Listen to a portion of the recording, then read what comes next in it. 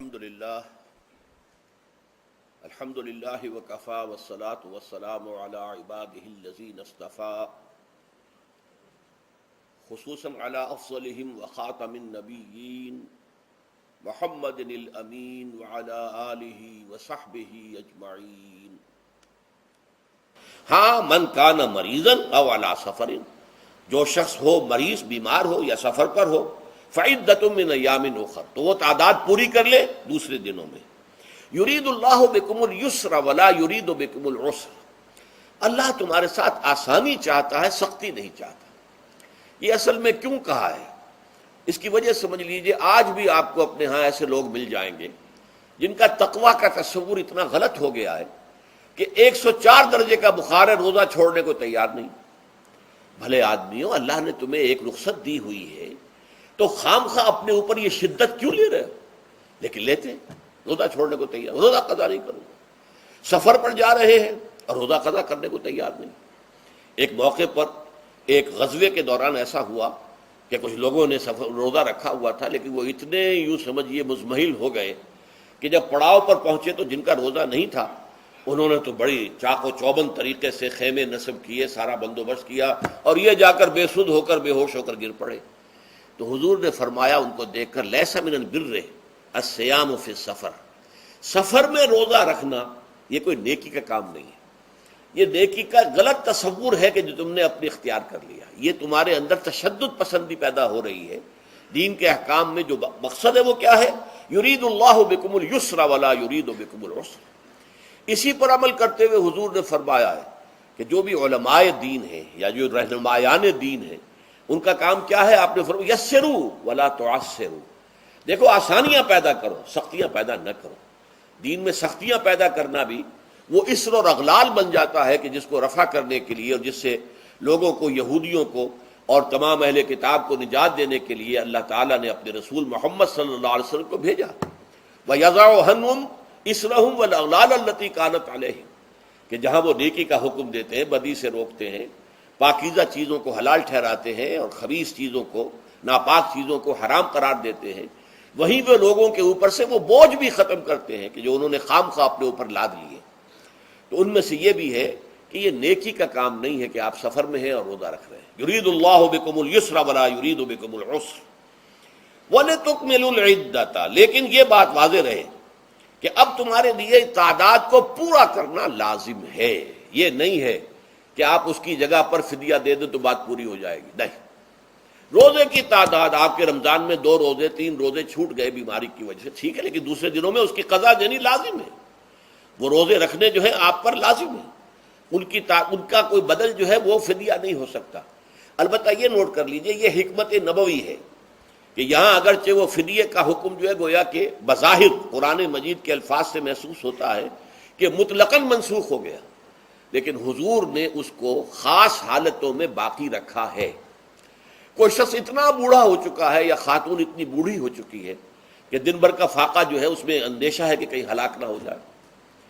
کوئی مریض ہے، مرد ہے یا عورت ہے، وہ ڈائبٹیز کی مریضہ ہے، اس کو وہ شوگر کا مرض ہے اور وہ اس کو برداشت نہیں کر سکتی، شوگر لیول بہت نیچے ہو جائے تو موت واقع ہو سکتی۔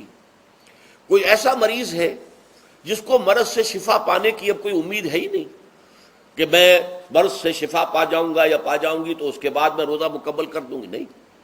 ایسے لوگوں کے لیے حضور نے اس رعایت کو برقرار رکھا ہے کہ ایسے لوگ اگر ایک مسکین کو کھانا کھلا دیں تو یہ فدیہ بن جائے گا۔ لیکن جو بھی شخص صحت مند ہو اور صحت کی توقع رکھتا ہو اور جو شخص بھی طاقت رکھتا ہو روزے کا قضا کر دینے کا، اس کے لیے لازم ہے کہ روزوں کی قضا کرے۔ وَلِتُكْمِلُوا الْعِدَّةَ وَلِتُكَبِّرُوا اللَّهَ عَلَى مَا هَدَاكُمْ، اور تاکہ تم اللہ کی کبریائی کا اعلان کرو اس چیز پر کہ جو اس نے تمہیں ہدایت عطا فرمائی ہے۔ اب اس کا ایک تو ظاہر ہے کہ جب روزے ختم ہوتے ہیں عید الفطر میں، تکبیر، اضافی تکبیرات کے ساتھ 2 رکعتیں ہیں جو ہم ادا کرتے ہیں۔ احناف کے نزدیک 6 اضافی تکبیرات ہیں اور اہل حدیث کے نزدیک 12 ہیں، لیکن تکبیرات ہیں اضافی۔ اور یہ کہ جاتے ہوئے اور آتے ہوئے عید کے لیے آپ جا رہے ہیں تو تکبیرات پڑھتے ہوئے جائیے، واپس آ رہے ہیں تکبیر پڑھتے ہوئے آئیے۔ اور یہ بھی کہ جاتے ہوئے راستہ کوئی اور، آتے ہوئے راستہ کوئی اور اختیار کیجئے تاکہ پورا شہر پوری بستی جو ہے تکبیر کی آواز سے گونج جائے. یہ ظاہر ہے. باطن اس کا کیا ہوگا؟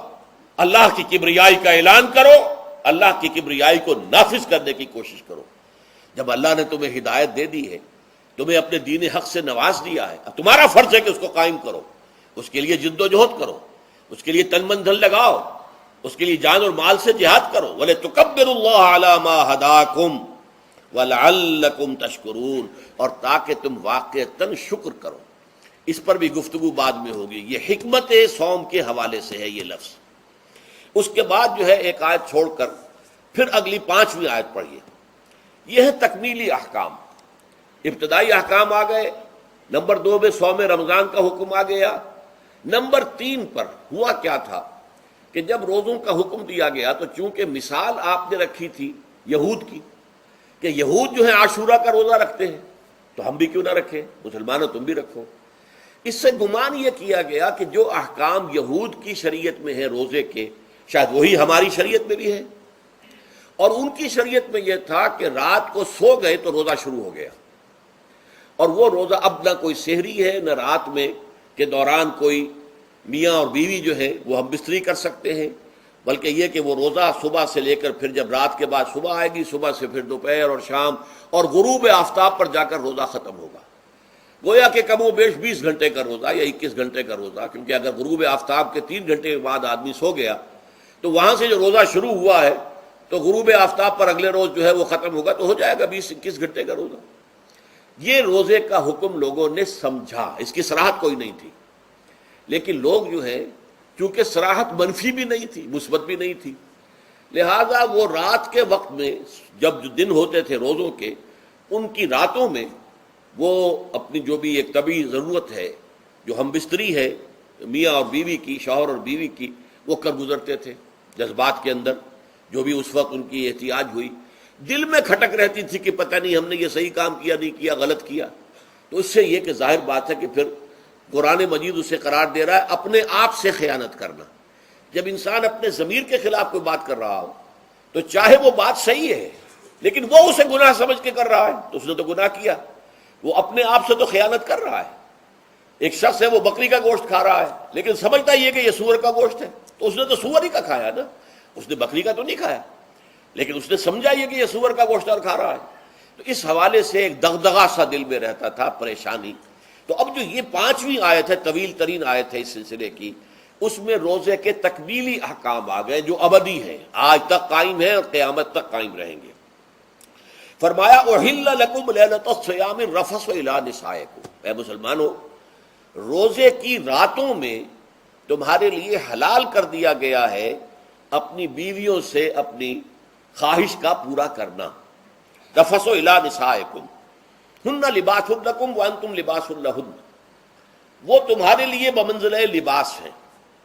جیسے لباس کے اور انسان کے بدن کے درمیان کوئی حجاب نہیں ہوتا، ایسے ہی شوہر اور بیوی کے درمیان بھی کوئی حجاب نہیں رہتا. ہن لباس لکم وانتم لباس لہن. اور ویسے بھی ایک معنی میں کہ جیسے لباس آپ کو گرمی کی شدت سے بچاتا ہے، ورنہ ہو سکتا ہے کہ تیز دھوپ جو ہے جو عرب میں ہوتی تھی وہ تو آپ کی کھالوں کو جلا دے، تو یہ حفاظت کا ایک ذریعہ بھی ہے. اسی طریقے سے شوہر کے لیے بیوی اپنی عفت و عصمت کو برقرار رکھنے کے لیے ایک ذریعہ ہے کہ کہیں حرام میں منہ نہ مارے. بیوی موجود ہے، حلال ذریعے سے اپنی خواہش پوری کرے. اور بیوی کے لیے شوہر اسی طریقے سے ایک ڈھال بن جاتا ہے کہ اسے خام خواہ ادھر ادھر دیکھنے کا کوئی خیال بھی کبھی نہ آئے، اس کی جو بھی نفسانی خواہش ہے اس کی شوہر پورا کر رہا ہے. تو اس اعتبار سے بھی ہن لباس لکم وانتم لباس لہن. علم اللہ انکم کنتم تختانون انفسکم، اللہ کے علم میں ہے کہ تم اپنے آپ سے خیانت کر رہے تھے. اس کی وضاحت میں پہلے کر چکا ہوں کہ دل میں یہ دغدغہ تھا کہ یہ حرام کام اور کر رہے ہیں. یہ گویا کہ اپنے آپ سے خیانت، اللہ سے بغاوت نہیں تھی. کیوں کہ اللہ تعالیٰ کی طرف سے تو حکم تمہیں معلوم تھا ہی نہیں ابھی، آیا اس کی اجازت ہے یا نہیں ہے، لیکن اپنے آپ سے تو خیانت کر رہے ہو نا. تم یہ سمجھ رہے تھے کہ یہ نہیں ہونا چاہیے، یہ گویا کہ ممنوع ہے اور کر رہے تھے. تو اس کو کہا کہ تم اپنے آپ سے خیانت کر رہے تھے. علم اللہ انکم کنتم تختانون انفسکم فتاب علیکم، تو اللہ نے تم پر اپنی رحمت اور مغفرت کے ساتھ توجہ فرمائی، یعنی جو کچھ اب تک ہو چکا ہے اسے اللہ نے معاف کر دیا. اسے صاف کر دیا، کلین سلیٹ، اب تمہارا جو اعمال نامہ ہے اس میں اس طرح کا اگر کوئی عمل درج ہو گیا ہے تو وہ اللہ نے صاف کر دیا ہے۔ وعفا عنکم، اور تمہیں معاف بھی کر دیا ہے۔ فالآن باشروہن، تو اب تم ان کے ساتھ جو بھی تعلق زن و شو ہے اس کو اختیار کر سکتے ہو۔ فالآن باشروہن وابتغوا ما کتب اللہ لکم، اور حاصل کرو وہ کچھ جو کچھ اللہ نے تمہارے لیے لکھ دیا ہے۔ یہ تعلق زن و شے سے دو چیزیں ہیں کہ جو مقصود ہیں۔ ایک تو سب جانتے ہیں، اولاد، ہر انسان کی خواہش ہوتی ہے کہ میری نسل کا تسلسل باقی رہے، لیکن نمبر دو ایک شے اور ہے، قرآن مجید میں بیان کیا گیا، بولے تسکنوا الیہا، اس میں ایک سکون ہے، اس میں جو بھی ہے، جو بھی عمل ہے مباشرت کا، اس میں ایک اعصابی طور پر سکون کی کیفیت انسان کو حاصل ہوتی ہے، تو یہ بھی مطلوب و مقصود ہے۔ تو ما کتب اللہ لکم، تمہارے لیے اللہ نے اس میں ایک تو اولاد کا معاملہ رکھ دیا ہے اور ایک تمہارے لیے سکون کا، لتسکنوا الیہا، تاکہ تم ان کی طرف توجہ کر کے سکون حاصل کرو۔ فالآن باشروہن وابتغوا ما کتب اللہ لکم وکلوا واشربوا، اب سحری کا حکم آ گیا، وکلوا واشربوا حتی یتبین لکم الخیط الابیض من الخیط الاسود من الفجر، اور کھاتے رہو اور پیتے رہو یہاں تک کہ تمہارے لیے فجر کے وقت کے اعتبار سے سفید ڈوری سیاہ ڈوری سے بالکل علیحدہ ہو جائے۔ اصل میں اس کو بعض صحابہ نے تو سمجھا کہ یہ لغوی معنی اس کے لیے لیے کہ آپ اپنے تکیے میں ایک سفید دھاگا رکھ لیا اور ایک کالا رکھ لیا، اور دیکھتے رہتے تھے جب یہ سفید اور کالا علیحدہ علیحدہ نظر آنے لگے تو پھر روزے کا رکھنے کا وقت شروع ہو چکا اور اب کھانا پینا بند کر دیا جائے۔ فرمایا گیا یہ مراد نہیں ہے، یہ جب پاؤں پھٹتی ہے تو اس کے اندر ایک سفید سی لکیر جو ہے افق کے اوپر آتی ہے، یہ ہے مراد، کہ وہ جو سفید لکیر ہے وہ ظاہر ہو جائے اور وہ رات کے اختتام کا گویا کہ ایک اعلان اور علم بن جائے۔ تو وَكُلُوا وَاشْرَبُوا، اب اس کی جو ہے بڑی تاکید کی گئی ہے، تَسَحَّرُوا فَإِنَّ فِي السَّحُورِ بَرَكَةٌ، سحری ضرور کیا کرو، اور یہ در حقیقت برکت کا ذریعہ ہے۔ یہ بھی آپ نے فرمایا ہمارے اور یہود کے روزے کے مابین جو فرق ہے وہ سحری ہے۔ یہ سحری چونکہ روزہ جو ہے وہ فجر سے لے کر اور غروب آفتاب تک ہے، طلوع آفتاب سے نہیں، فجر سے، جبکہ وہ سفیدہ سحر جس کو ہم کہتے ہیں نمودار ہو جائے، طلوع آفتاب کو ابھی 1.5 گھنٹے بعد ہوگا کہیں جا کر، لیکن اس وقت جو ہے روزہ شروع، غروب آفتاب پر ختم۔ اس حوالے سے اس سے پہلے کھانا پینا، اور اس میں بھی فرمایا گیا کہ بعض لوگ بہت زیادہ احتیاط کرتے ہیں، وہ صحیح نہیں ہے، اس لیے کہ فجر کے لیے اذان جب دیتے تھے تو اس میں بعض حضرات ذرا جلدی کرتے تھے، حضور نے فرمایا کہ نہیں دیکھو یہ ذرا جلدی کر دیتے ہیں، اگر تم میں سے کسی کے ہاتھ میں پیالہ ہے، ابھی وہ کچھ کھا رہا ہے، اذان ہو گئی ہے، تو وہ اپنا پیالہ پورا کر لے، اس میں بھی تشدد کی ضرورت نہیں، جیسے کہ اس سے پہلے ہم پڑھ چکے یسروا ولا تعسروا، یرید اللہ بکم الیسر ولا یرید بکم العسر، اللہ تمہارے ساتھ آسانی چاہتا ہے، سختی نہیں چاہتا۔ تو اسی طرح فرمایا وَكُلُوا وَاشْرَبُوا حَتَّى يَتَبَيَّنَ لَكُمُ الْخَيْطُ الْأَبْيَضُ مِنَ الْخَيْطِ الْأَسْوَدِ مِنَ الْفَجْرِ ثُمَّ أَتِمُّوا الصِّيَامَ إِلَى اللَّيْلِ، پھر اب روزے کو پورا کرو رات تک۔ إِلَى اللَّيْلِ میں پھر بڑی بحثیں ہوئی ہیں، اس لفظ کی مناسبت سے اہل تشیع اس کے قائل ہیں کہ جبکہ خوب اندھیرا ہو جائے، لیکن اہل سنت کا اجماع ہے کہ غروب آفتاب اس سے مراد ہے، اس لیے کہ آغاز رات کا غروب آفتاب کے ساتھ ہے، اور اس میں بھی احادیث کے اندر آیا ہے کہ تعجیل کرنی چاہیے۔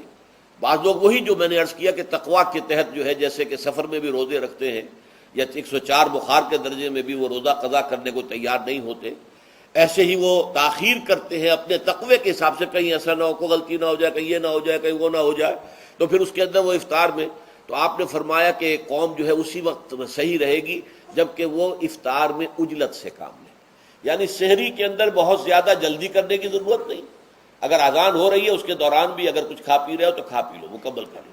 اسی طریقے سے افطار کے اندر جو ہے وہ تاخیر کرنے کی ضرورت نہیں، سورج کے غروب کے ساتھ افطار کر لو۔ بارک اللہ لی ولکم فی القرآن العظیم ونفعنی وإیاکم بالآیات والذکر الحکیم۔